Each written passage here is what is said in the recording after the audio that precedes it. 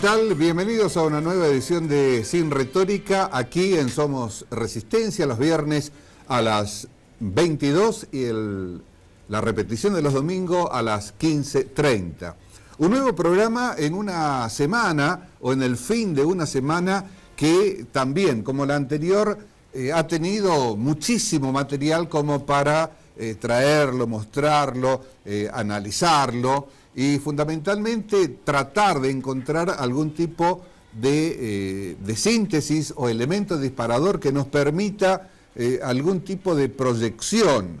Y en esta Argentina de hoy hablar de proyección ni siquiera al mediano plazo se podría hacer, porque es todo tan vertiginoso, va ocurriendo todo en forma tan rápida, tan fuerte, podríamos decir que poco podría aventurarse en el tiempo si no es factible hacerlo siquiera con la inmediatez de la semana. Y no es bueno que suceda este tipo de situaciones, ¿no? Porque casi siempre se atiende a lo urgente, a lo que ya está por pasar, o en el peor de los casos a lo que podría suceder y actuar en consecuencia, sin muchas certezas, sin muchas convicciones, por las dudas.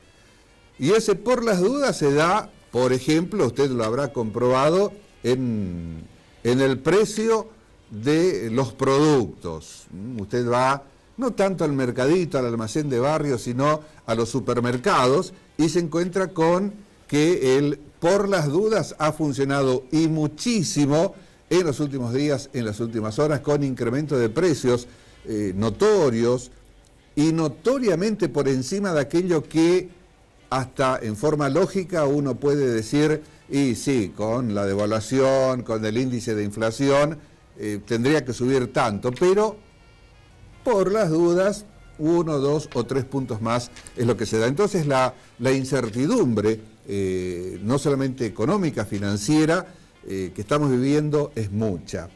Y eso a nivel nacional, y ya lo vamos a estar comentando, porque obviamente tiene repercusiones aquí en la provincia como en cada una de las que componen nuestro país. Y otro aspecto que se da también aquí en la provincia, que queríamos mencionarlo, es un proyecto de ley enviado por el Ejecutivo para modificar una ley justamente ya existente y que está referida a la actuación de las fuerzas de seguridad y policiales en las manifestaciones y en las protestas sociales. Y vamos a ir viendo imágenes como para comentar aquello que nosotros creemos tendrá un arduo debate en la legislatura de la provincia, primero a través de las comisiones, y ya por lo menos se avisoró la resistencia de aquellos sectores que ven no solamente una intención de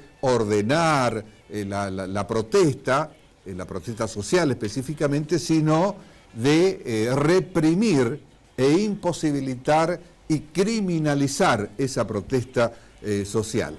Y este proyecto del Poder Ejecutivo, que, insistimos, es para modificar una ley existente, habla en conceptos generales de que la movilización social es un fenómeno heterogéneo e inconstante en materia de actores, demandas y modalidades, y en los fundamentos de la modificación de esta ley se indica que la normativa de regulación de las manifestaciones debe ser conforme al derecho a la libertad de expresión, de reunión o el ejercicio de la libertad de prensa y compatible con la Constitución Nacional, y que la intervención del Estado debe ser en el marco de la convivencia social y del ejercicio armónico de los derechos constitucionales, y da consideraciones al respecto. Pero, en definitiva, la modificación o las modificaciones que se incluyen a la ley 2399, que es la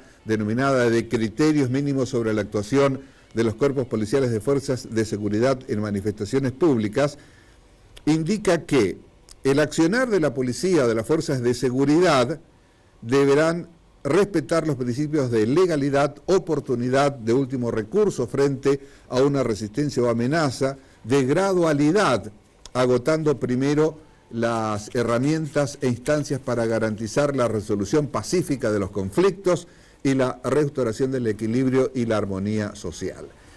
Y que también se deberá indicar a los manifestantes que deben estar en lugares determinados, específicamente por las fuerzas que actúen, como para garantizar no solamente la seguridad de esas personas, de los manifestantes, sino también del lugar, de la infraestructura y de las personas a donde se realicen. Otro aspecto que indica este proyecto de ley es que se establecerá un espacio de negociación para que, a través del diálogo con los que llevan adelante la manifestación, o por lo menos sus representantes, y las fuerzas de seguridad, se encuentre un ámbito de no violencia. Además, se indica también a dónde deberán ubicarse los manifestantes, a dónde deberán ubicarse los periodistas que cubran esa manifestación, que podrán ser consideradas espontáneas y pacíficas o programadas, siempre en tanto en cuanto se avise a las autoridades la realización de la marcha, por dónde estarán, por dónde circularán, en qué horarios lo harán, etcétera. Y todo esto en función, se indica, de preservar la paz social y de garantizar no solamente la libertad de expresión, la libertad de reunión y de petición garantizada constitucionalmente, sino también como para que si se realizan, como casi siempre se hacen, en el centro de la ciudad o en los lugares densamente poblados por comercios, por negocios, no impidan el libre desarrollo de las actividades de esos comercios, justamente, que es uno de los reclamos que desde hace bastante tiempo, en forma individual y en forma orgánica, realizan los comerciantes del centro de la ciudad de Resistencia, como también seguramente en cualquiera de las localidades o ciudades donde se efectúen este tipo de manifestaciones. Algo que creemos, por lo menos leyendo el proyecto, es demasiado utópico. Ustedes quieren protestar, bueno, ubíquense todos de este lado, a ver la policía allá lejos, no sea que después se produzca algún enfrentamiento. Los periodistas de aquel... Y esa indicación al sector periodístico justamente es que motivó que el Sindicato de Prensa de la provincia del Chaco presentase una nota reclamando al gobierno de la provincia que se abstenga de ordenar cualquier tipo de intervención que impida el libre desarrollo profesional de las tareas de sus agremiados, de los periodistas.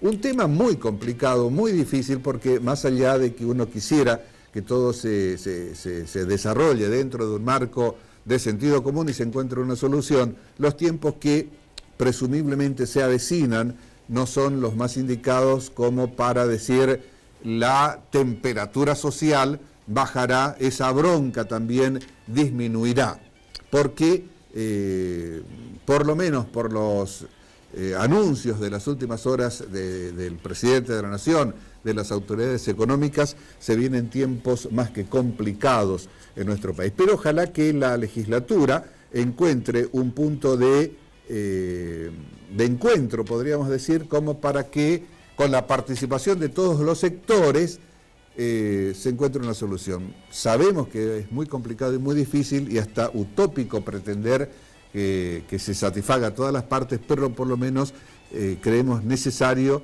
encontrar esos puntos de optimismo, de reflexión y de sentido común como para tener una salida.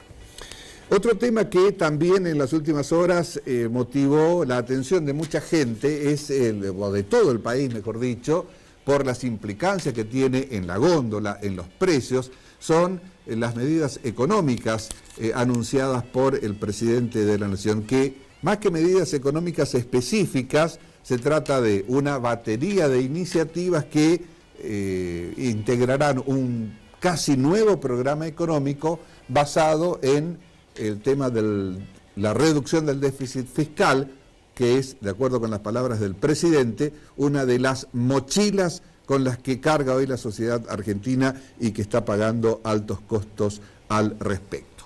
En esa conferencia de prensa que brindó el presidente Mauricio Macri, hizo una convocatoria a todos los sectores de la actividad nacional, los políticos, los gremiales, y lo hacía de la siguiente manera. El problema de fondo es que los argentinos, especialmente la dirigencia argentina, es el momento que nos hagamos cargo de corregir este problema que se arrastra hace muchas décadas y que sistemáticamente nos ha llevado a crisis, default, generación de pobreza, destrucción de empleo.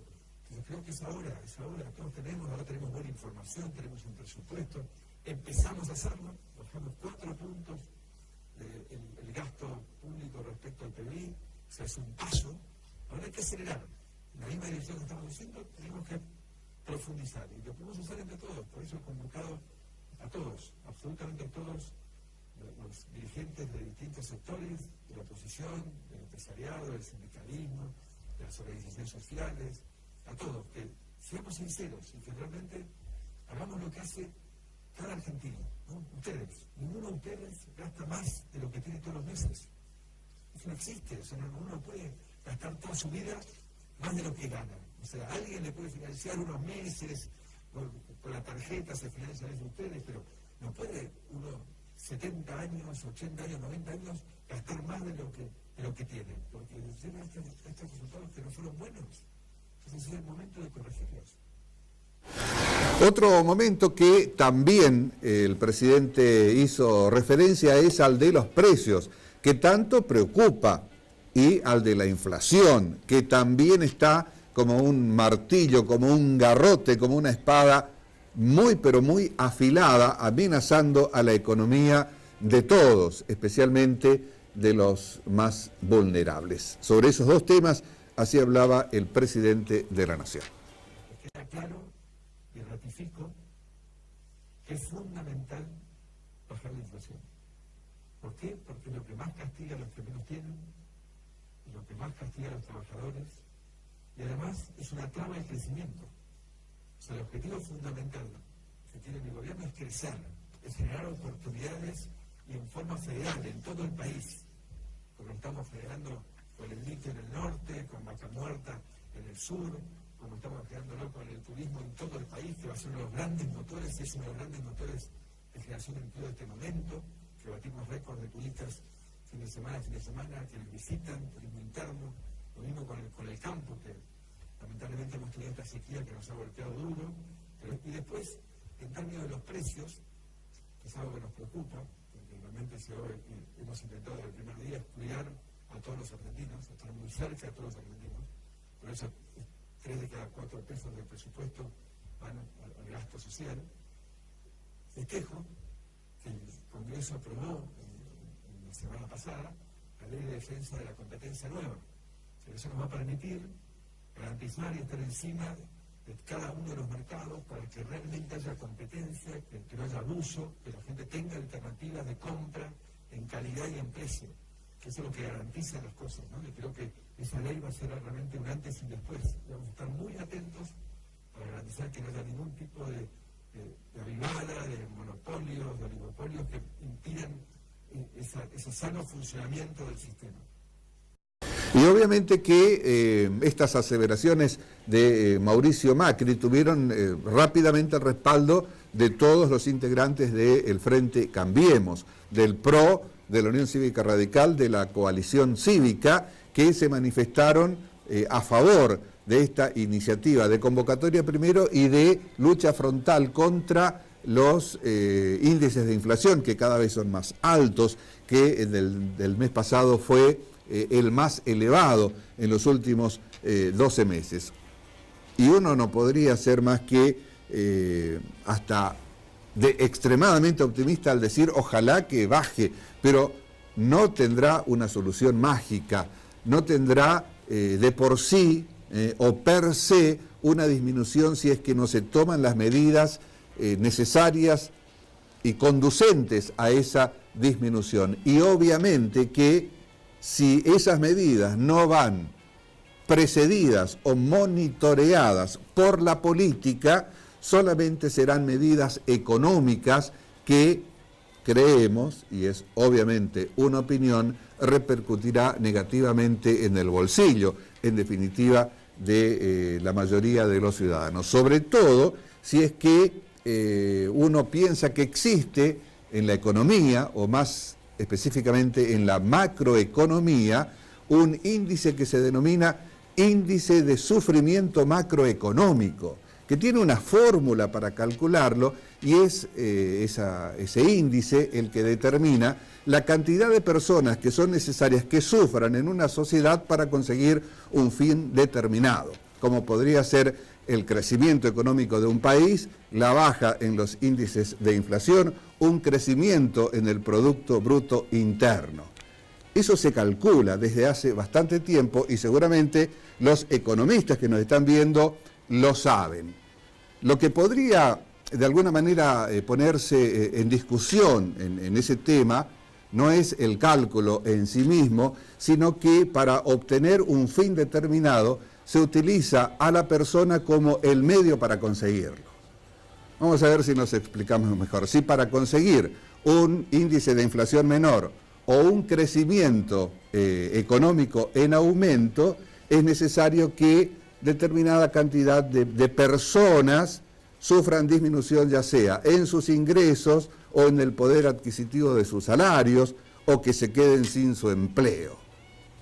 Hay quienes calculan eso y dicen, esta cantidad de gente en esta sociedad determinada es la que tendrá que sufrir como para conseguir aquel fin. Filosóficamente, fuera de todo aspecto de consideración de la persona como ser humano, y sí de la persona como una cosa. Y esa determinación de la persona o del ser humano como una cosa es lo que lleva a la bronca, a la rabia, y en situaciones extremas hasta a actitudes muy pero muy violentas. Y estamos viendo estas imágenes que usted las habrá visto seguramente, de una mujer que recibió una boleta de luz, que fue maltratada en la empresa y que se le volaron los patos, se sacó y metió el auto dentro de la empresa, como veíamos en estas imágenes. Y hay mucha literatura al respecto, mucho cine que habla de ese tipo de situaciones. Y nosotros fuimos a el archivo y recordamos este reportaje, este video, en el cual Ricardo Darín, el actor argentino, hace referencia justamente a la violencia y por qué las personas pueden llegar a este tipo de situaciones. Y si alguien pacífico puede cometer estas hasta atrocidades en virtud de un efecto que le produjo la violencia. Escuchemos. ¿Tú crees que hasta una persona muy pacífica, que siempre se controla, en un momento determinado se le va la pinza? Sí.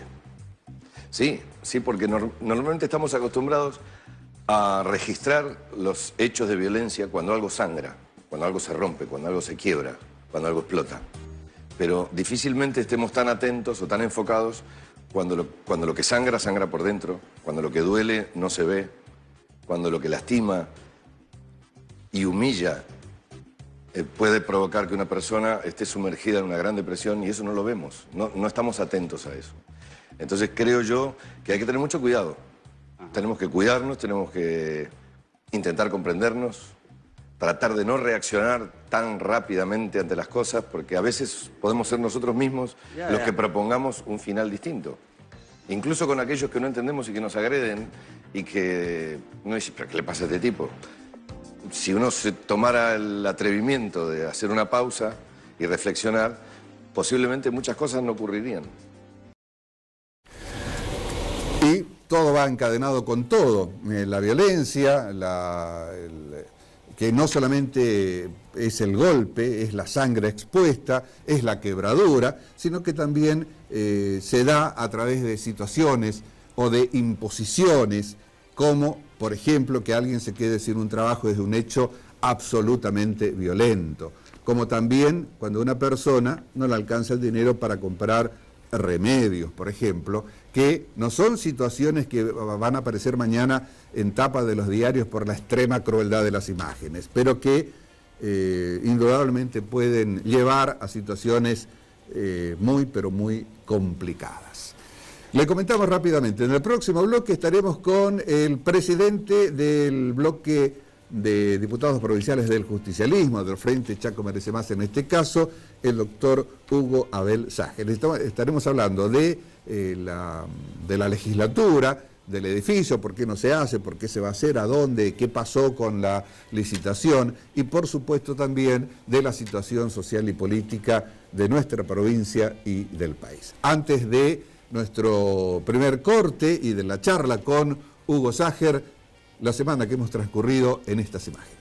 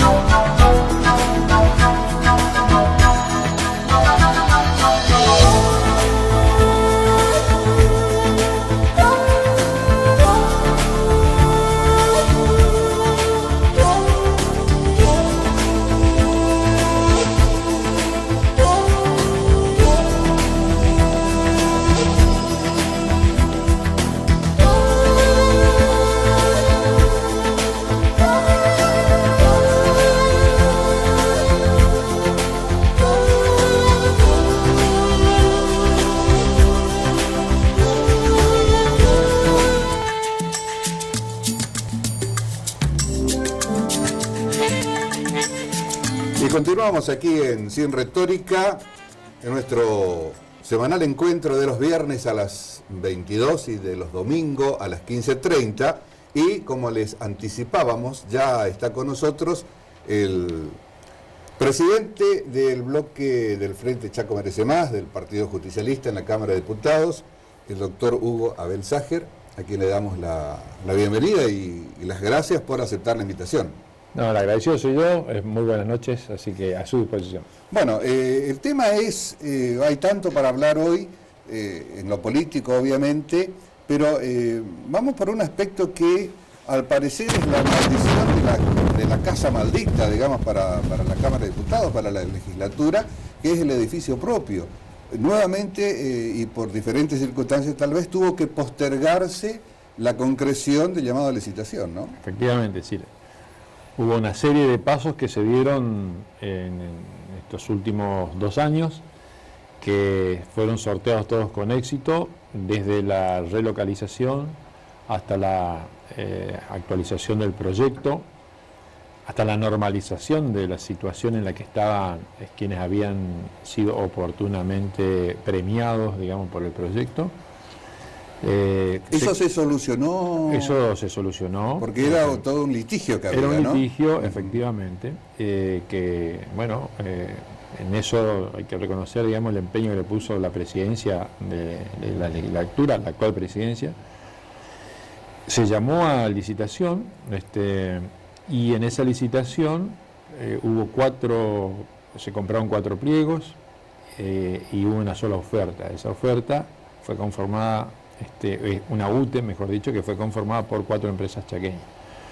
¿Cuál es el problema? Digamos, habiéndose aprobado la estructura que el edificio necesita para la nueva localización, a partir de los proyectistas y del equipo técnico, se estableció que el monto de la licitación era 596 millones, me puedo equivocar. 600 millones. Vamos a hacer como para ejemplificar. 600 millones. Ajá. Abierto el sobre en el proceso correspondiente, después de hacer el análisis técnico, correspondía hacer la apertura del sobre económico, la oferta económica. En la oferta económica nos encontramos con que la misma llegaba casi a 1.500 millones. Entonces... ¿El margen admisible cuánto es? ¿Un 20%. Es decir, que se entendía que alrededor de 720, 750 extraordinariamente... Hasta ahí se llegaba. Se podía llegar. Sin embargo, bueno, para evitar cualquier tipo de suspicacia, y con el mejor de los criterios, y entendiendo que a partir de la decisión adoptada oportunamente cuando se comenzó este nuevo proceso, donde quienes decidían éramos los 32 legisladores, no una comisión, sino los 32, el día de ayer se aprobó una resolución dando por caída este acto licitatorio, obviamente con ello la oferta, y se autoriza a la presidencia a una nueva convocatoria que esperemos se haga el próximo mes, y al mismo tiempo se autoriza también a que si en las actuales condiciones no es posible llevar adelante la totalidad del proyecto,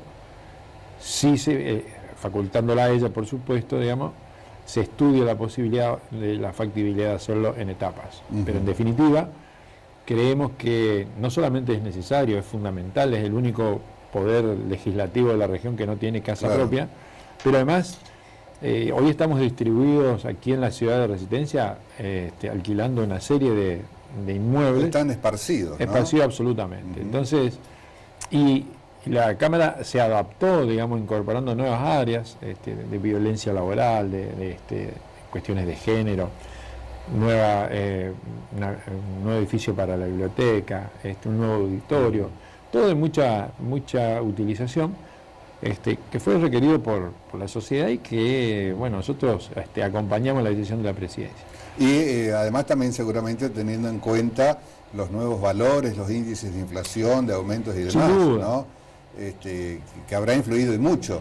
No, hay una explicación técnica por parte de quienes llevaron adelante la oferta, que lo analizó el equipo técnico de la legislatura, pero aún así, no obstante, digamos, se entendió que el precio superaba cualquier lógica desde el proceso licitatorio iniciado desde la legislatura. No significa esto que no tenga lógica con las actuales circunstancias. Pero para evitar, en un momento tan complejo, cuando existe un cuestionamiento permanente de la sociedad, entendimos que lo más lógico era darlo por caído y llamaron a nueva licitación. O sea, que habrá que esperar. Habrá que esperar. En realidad, los más preocupados siempre son los trabajadores, digamos, de la legislatura, claro, porque nosotros somos aves de paso, pero allí hay personas que han pasado la vida trabajando y que no han podido hasta el día de hoy, digamos, disfrutar de un edificio. Y por otro lado, el edificio donde nosotros estamos ocupando las oficinas, que es el edificio del Banco del Chaco, el tercero, cuarto y quinto piso, la propia entidad bancaria está solicitando la devolución, digamos, claro, porque su expansión también los obliga a exigirla y a ocupar, claro. Entonces, creo que hay que compatibilizar las dos cosas. Y entiendo que vamos a terminar el presente año quizás iniciando la obra. Ojalá así sea. Ojalá. ¿Cómo quedó el tema del proyecto enviado por el Ejecutivo para el protocolo de actuación de las fuerzas de seguridad y fuerzas policiales en los piquetes? Bueno, ayer tomó estado parlamentario, es decir, que ayer se giró a las comisiones respectivas. Está en estudio. Comienza el estudio, la convocatoria, primero el estudio entre los señores legisladores y sus asesores, y posterior convocatoria a los sectores que necesitan ser controvertido. Es un tema controvertido, porque en realidad acá el proyecto tiene que garantizar ambos derechos, de aquellos que protestan por determinadas situaciones que tienen a veces con lo social, otras veces con lo gremial, otras veces por situaciones del momento, digamos, exigiendo justicia. Hoy comentábamos más temprano parte del texto del proyecto, y lo que, sin conocer aspectos legales, pero nos parece que se pretende hacer algo demasiado ordenado. Los manifestantes acá, calladitos o no, pero quietitos. Los periodistas allá en aquel sector, y la policía. Yo creo que parece un cuadro. Es decir, creo que la ideal, la ¿no? voluntad es respetar los derechos de quienes protestan, respetar los derechos de quienes transitan, digamos, contemplado en la propia Constitución Nacional, pero al dar una respuesta también a la sociedad que viene pidiendo y exigiendo, digamos, que en esa garantía de la protesta, de la participación ciudadana en la calle, exista también el respeto al otro. Algo que no es tan sencillo, que no es muy difícil. Ayer veíamos un debate que se daba en Capital Federal a partir de la toma de la autopista 25 de Mayo por parte de movimientos sociales, y si uno toma como una cuestión de seguridad vial y se queda en ese análisis, me parece que nos equivocamos, porque en realidad muchas veces la protesta social busca que con ese tipo de acciones se llame la atención. Bueno, yo creo que dialogando se puede encontrar resultados. Obviamente la protesta social no puede criminalizarse, sin duda. Y a su vez la protesta social tiene un origen, y yo creo que hay que trabajar para que la causa que la genera esté resuelta. Ahora, entre decirlo sí, es muy fácil, llevarlo adelante claro, es muy difícil. Sobre todo teniendo en cuenta la posibilidad de aventurar los próximos meses, Ságer, en los que la tensión social se va a acrecentar. Sin duda. O sea, no se puede. Uno podría decir, no, bueno, sí, pero la idea es que. Pero lo cierto es que lo anunció el propio presidente, de que el ajuste se va a aumentar, se va a agilizar los pasos, digamos. Y eso necesariamente va a traer conflictividad. Sin duda, es decir, lo planteó primeramente el ministro Duhovne, diciendo de que iba a haber menos crecimiento y más inflación. O sea, un detalle desde lo económico sumamente complicado, y ayer lo ratifica el presidente en la conferencia de prensa. Mostrábamos más temprano en el inicio del programa la parte en la que dice hay que sacarse la mochila, que es el déficit, y hay que acelerar los pasos para eliminarlo, para sacar a la sociedad esa carga, ¿no? El problema es que si centralizamos que el déficit solamente son las personas que trabajan en el Estado, estamos equivocados. Particularmente yo tengo una visión distinta, digamos, porque el país somos todos.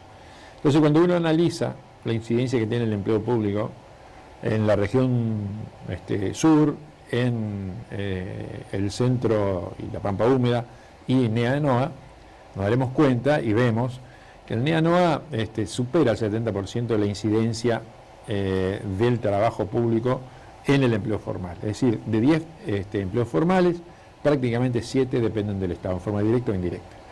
Eso, cuando lo llevamos a la Patagonia, baja un 50%. Y cuando lo traemos a la Pampa Húmeda, donde se definen las políticas públicas, lamentablemente, no supera el 35%.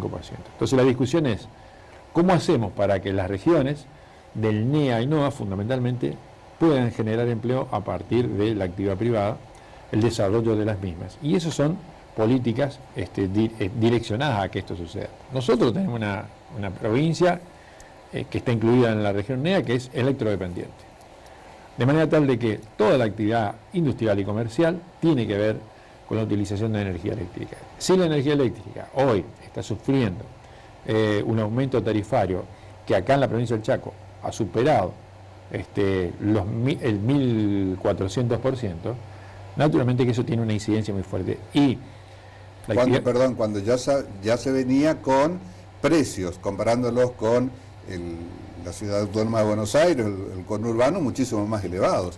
Y sobre eso vino por supuesto, el tarifazo, ¿no? Súmele a esto, digamos, que no tenemos acceso al gas todavía. Que la obra del gasoducto, si bien está concluyéndose en la etapa que culmina con las plantas de reducción, es decir, dejar en cada localidad a cierta distancia una planta que baja la presión, para desde allí impulsarla a los domicilios y que funcionarios del Gobierno Nacional han planteado que recién eso se va a poner en marcha en 2020.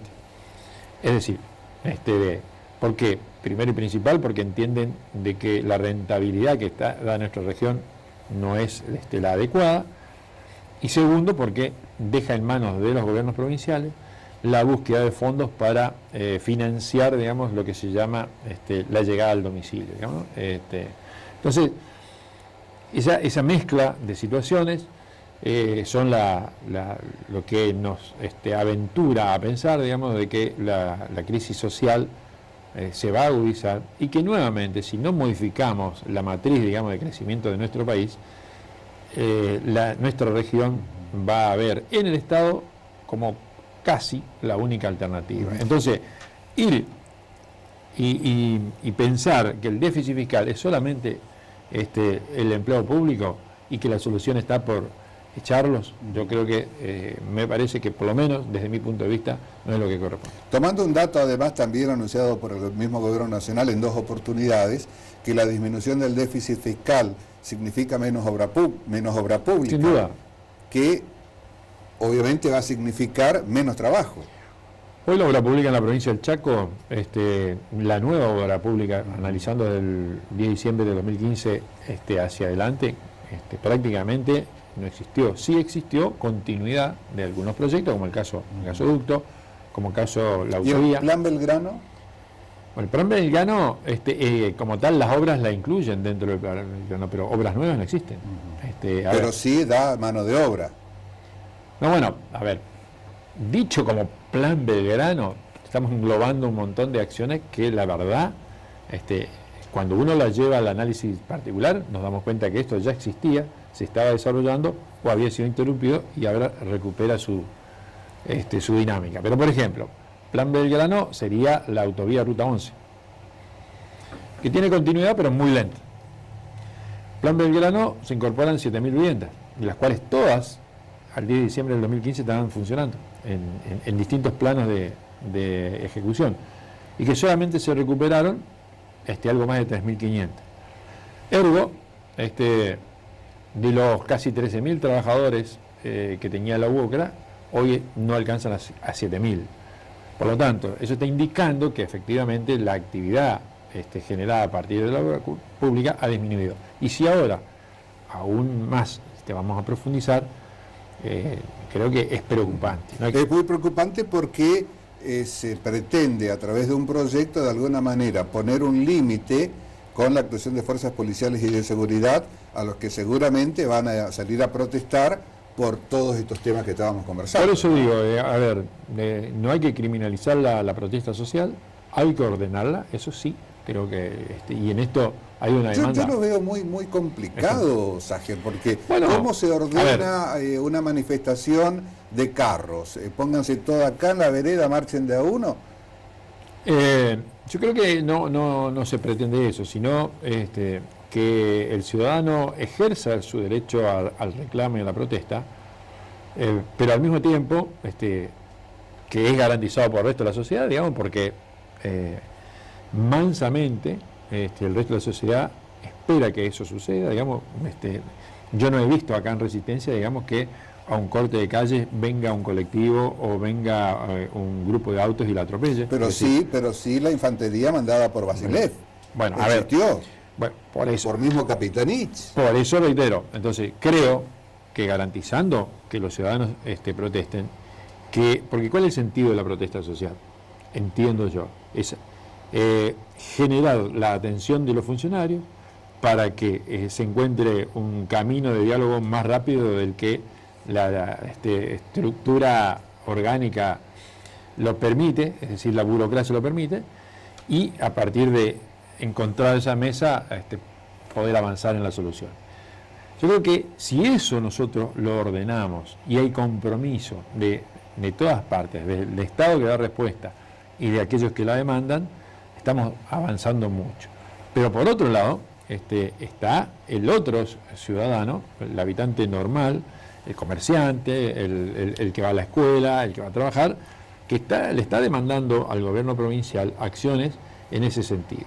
Entonces creo que este proyecto es una buena oportunidad para que debatamos a fondo cuáles son las herramientas y si estamos todos dispuestos a hacer un aporte en ese sentido.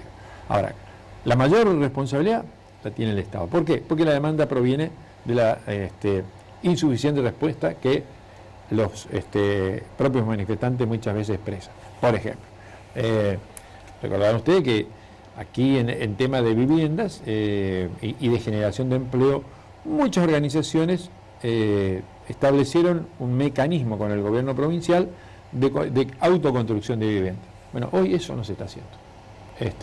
No está dentro de la lógica del gobierno nacional. Y las que se están haciendo con fondos provinciales. Entonces, creo que ahí son cuestiones que nosotros tendremos que debatirlo. Un trabajo Sin complejo, duda, ¿no? sin duda. Y el gobernador en estos días estuvo reunido con sus pares de otras provincias, en la reunión en Tucumán con, si bien el Psicosur, pero también seguramente conversando con Urtubey, con el Mansur y demás. ¿Van a llevar alguna propuesta al gobierno nacional para continuar con algún tipo de ayuda especial para el NEA, que es para el norte en realidad, ¿no? Con motivo de la presencia del presidente de la Nación, primero en Puerto Iguazú y posteriormente aquí en Resistencia, los 4 gobernadores del NEA expresaron al presidente Macri la necesidad de tener, en cuanto a la energía eléctrica, por ejemplo, un trato diferencial, digamos, que la actualización, entre comillas, de las tarifas sea progresiva y que sea diferencial, sobre todo porque somos electrodependientes y eso no me voy a cansar de repetir hasta que se tome verdadera ¿Tuvo alguna conciencia. respuesta, alguna...? Bueno, el compromiso fue tomado, pero algunos de los que estuvieron en esa reunión, que no es el gobernador precisamente, además del gobernador me refiero, plantearon que encontraron como una insensibilidad para el trato respecto de esta cuestión para el NEA. Yo creo particularmente que en la medida que se sumen las fuerzas vivas, además de la representación natural que tiene el gobernador de la provincia desde lo político, los funcionarios nacionales del área tienen que asumir que si no se permite las herramientas necesarias para generar condiciones de desarrollo para el conjunto del país, estas situaciones a las cuales hace referencia de aquí de la provincia del Chaco, las van a tener el resto de las provincias.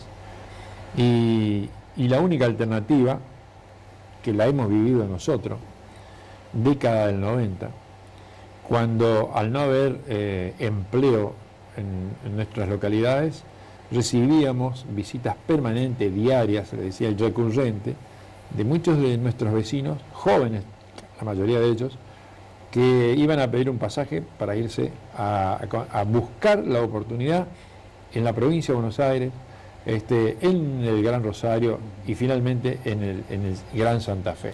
Esto no debe ocurrir, claro, Pedro. Pero ahora, Hugo, en las actuales circunstancias económicas, financieras y políticas que vive el país, los gobernadores del NEA, por citar solamente a Pasalacqua, a Valdés, a Pepo y a Infran de Formosa, ¿tienen alguna posibilidad de levantar la voz y que se los escuche? Bueno, a ver, cada vez... Voy a dar una opinión, a mí me parece que no. En la medida de que se profundice este programa económico, cada vez van a tener menos posibilidades. ¿Por qué?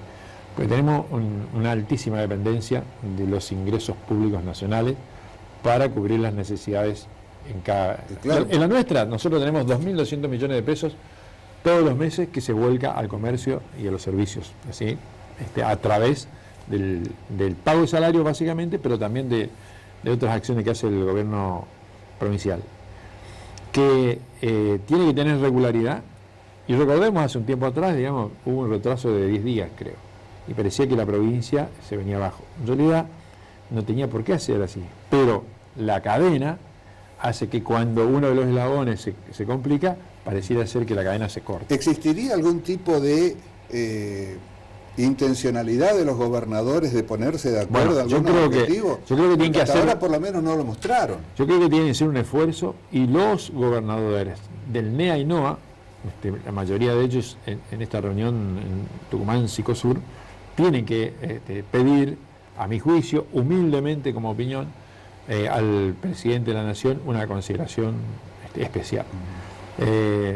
Para garantizar equidad, pero fundamentalmente para garantizar también la paz social. Porque en la medida de que las economías regionales se vean afectadas, que concretamente en la apertura indiscriminada de las importaciones nos traiga problemas de, en algunos casos, no solamente pérdida de empleo, sino directamente la fuente laboral, porque, a ver, veamos cómo está la industria textil: Tucumán, Catamarca, Corrientes, Chaco, Formosa. Pero puedo hablar de las 4 que mencioné primero. En todos los casos, o hubo cierre de plantas o hubo despido de personal. Hablando solamente de la industria textil. ¿Por qué? Porque hubo una apertura indiscriminada de las importaciones. Primero se importaba tela, después ya se empezó a importar indumentaria. Cuando se comenzó a importar indumentaria, saltó el tema en provincia de Buenos Aires, y todo el polo textil de la zona de Jauregui, en la zona de Luján, inmediatamente comenzó a perder empleo. Hoy, es decir, cuando aquí nos cerramos una fábrica y quedaron 220 empleados en la calle, concretamente en el Parque Industrial de Tirol, tomamos conciencia solamente nosotros. Cuando eso sucedió en provincia de Buenos Aires, bueno, es como que la agenda lo tomó como propio. Bueno, yo creo que eso merece una atención especial, y le sumaría a cada uno de ellos, excepto los limones en Tucumán, que encontraron la apertura en el mercado estadounidense. El resto de las economías regionales no la está pasando bien. Fundamentalmente porque esos aspectos económicos, financieros, van a tener derivaciones de tipo político en forma casi obligada. Sin duda. Y Pepo debe enfrentarse con esa realidad porque va a tener elecciones el año que viene, y hoy, de alguna manera, hasta dentro del partido tiene presiones como para decir, o para que diga y ponga alguna posición un tanto más fuerte de la que pueda hacer. Yo creo que, es decir, a ver, íntimamente el criterio de Pepo respecto del gobierno que estamos teniendo a nivel nacional y de las políticas económicas fundamentalmente, no me cabe ninguna duda que es coincidente con lo que acá estamos planteando. Pero la dependencia y la responsabilidad que tiene como gobernador de garantizar todos los meses la paz social y que se puedan pagar los salarios y asumir la responsabilidad del Estado, hace muchas veces que cosas que probablemente en la intimidad quisiera gritarlas, las tiene que decir de una manera muy sutil, y en algunos casos no decirlo. O sea, portarse bien como para mantener primero la posibilidad de pago en la provincia y mantener la cadena de pago también. Y yo creo que eso es el planteo que viene llevando adelante con mucha responsabilidad, pero al mismo tiempo es el método que está utilizando el gobierno nacional para con las provincias que, sumadas, todas las provincias del NEA y NOA, somos el 12% del PBI. Y desde el punto de vista electoral, sumado, no llegamos al 11%. De manera tal de que no cabe ninguna duda que lo que estamos diciendo nosotros se revierte en el centro del país, donde la obra pública se potenció en provincia de Buenos Aires, se potenció también en Capital Federal y en parte de la provincia. Es decir, tiene que ver con lo electoral. Acá ingenuidades no hay. Pero también es cierto, Hugo, que más de una persona que nos está viendo van a decir, Corrientes la vivió al mismo sistema de apriete y de cierre de grifos con la gestión anterior durante 12 años. Es decir que siempre está ese contrapeso, ¿no? Ustedes lo hicieron, nosotros también, nosotros no. Mire, sí. A ver, yo le diría que no sé si a este nivel. Sí debo decir que la provincia del Chaco, mientras tuvimos un gobierno nacional encabezado primero por Néstor Kirchner y posteriormente por Cristina Fernández Kirchner, tuvo la posibilidad de concretar muchas acciones de infraestructura. Con variables o no, pero el apriete siempre... Sí debo decir, digamos, que mientras estuvo los primeros 4 años el gobernador Nikich, yo era intendente en ese momento, y los fondos ingresaban con absoluta normalidad, y también el gobernador Nikich tenía la particularidad republicana de tratarnos como iguales a todos los intendentes. Cualquiera. Había equidad en la Había distribución. equidad, de manera tal de que ahora, sí debo decir que desde el 2008 en adelante, desde el 10 de diciembre del 2007 en adelante, en realidad, la dinámica que le impuso Capitanich al gobierno provincial hizo que las cosas fueran con mucha más celeridad y que las grandes obras de infraestructura se concretaran definitivamente. Y esto sí nos puede poner con diferencia con algunas provincias. Pero debo decir también que Formosa tuvo mucha inversión pública, la ha tenido la provincia de Misiones. Y hay algo que no siempre se dice. La provincia de Corrientes es cierto que tiene menos coparticipación. Y no tengo por qué yo ocuparme de los correntinos. Pero también tiene regalías de Yacyretá, que no la tiene ni la provincia de Chaco ni la provincia de Formosa. Pero las tiene más Misiones que Corrientes, sí, paradojalmente, porque está situado en el territorio correntino. Bueno, es una discusión muy fuerte, claro, que se ha dado en el Congreso de la Nación y que naturalmente debe ser tenida en cuenta como un ingreso extra.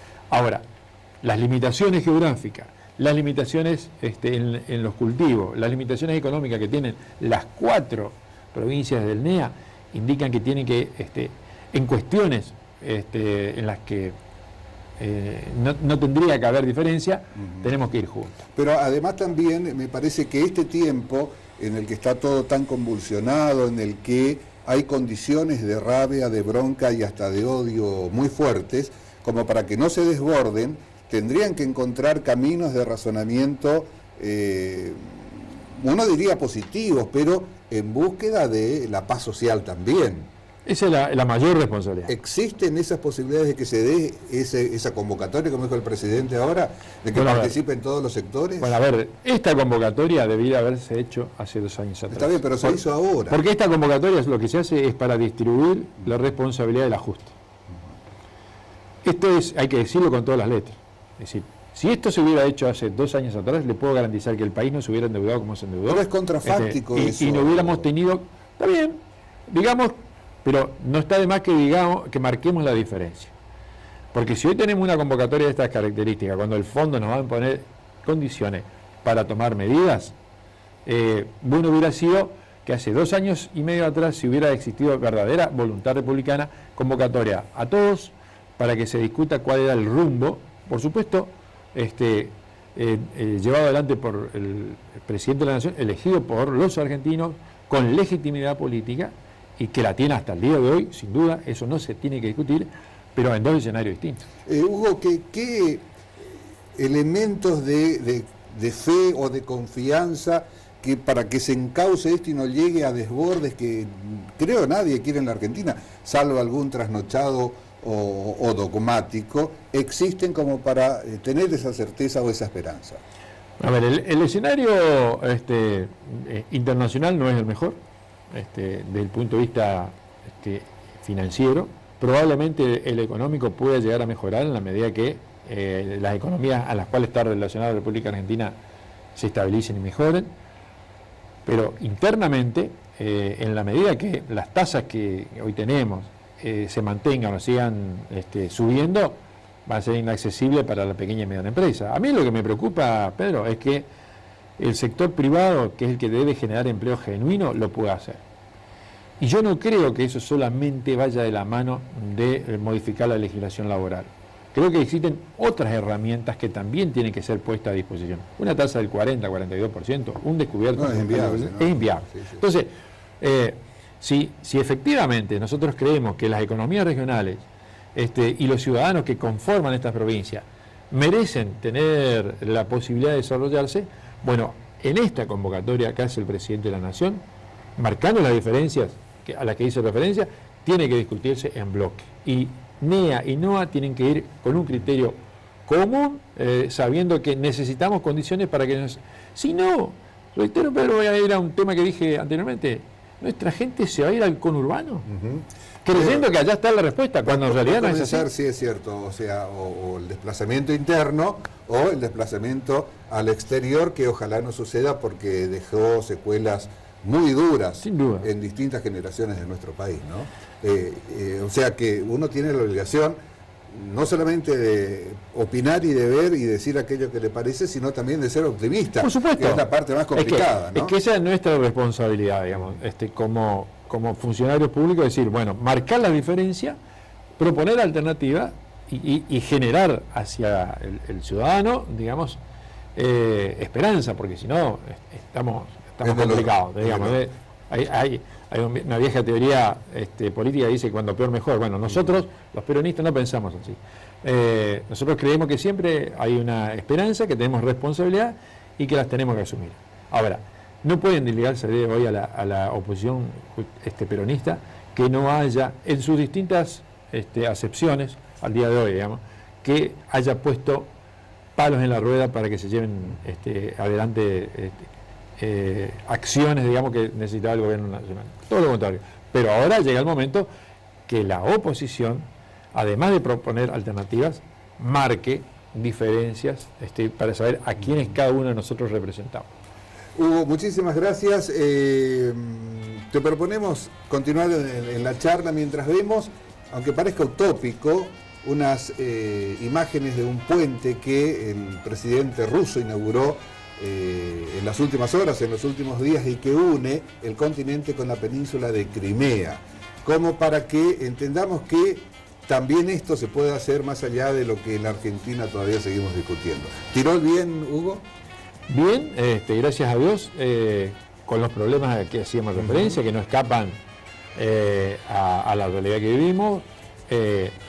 Hoy nosotros tenemos problemas de empleo. Las tres grandes obras de infraestructura que se desarrollaron en nuestra región tuvieron como base Tirol.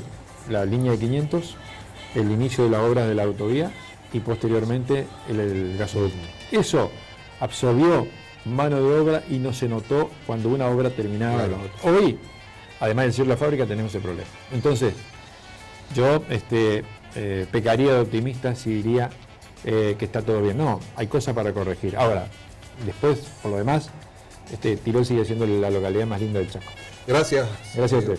Muy amable. Y preguntamos por Tirol, obviamente, fue intendente de varios periodos de esa hermosísima localidad. Las imágenes que les prometíamos y nos reencontramos, si Dios quiere, la próxima semana, siempre los viernes a las 22 y los domingos a las 15:30. Muchas gracias.